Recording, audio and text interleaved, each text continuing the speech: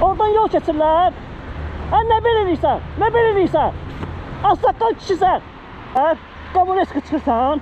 Yıxıdan nə edəcəksən? Vurmadı atam görmədi. Vurdum səni, öldür. Sən nə işə baxırsan? Sənə nə aidəti mən nə işə baxıram? Bilməm də, deyir sən nə belə xod gelsin bizim üstümüzə. Xod getmirəm, oradan yol keçirlər.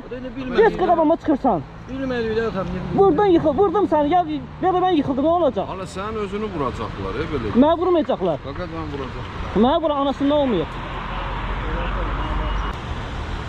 Həyəcan içindən öldüm. Riski qabama tullanır. Abesi yox, zad yox, yıxıldım yəni səni vurdum, nə olacaq? Rəhlə şeytan. Necə həyatını əsirəm? Eşşək boyda kişidir.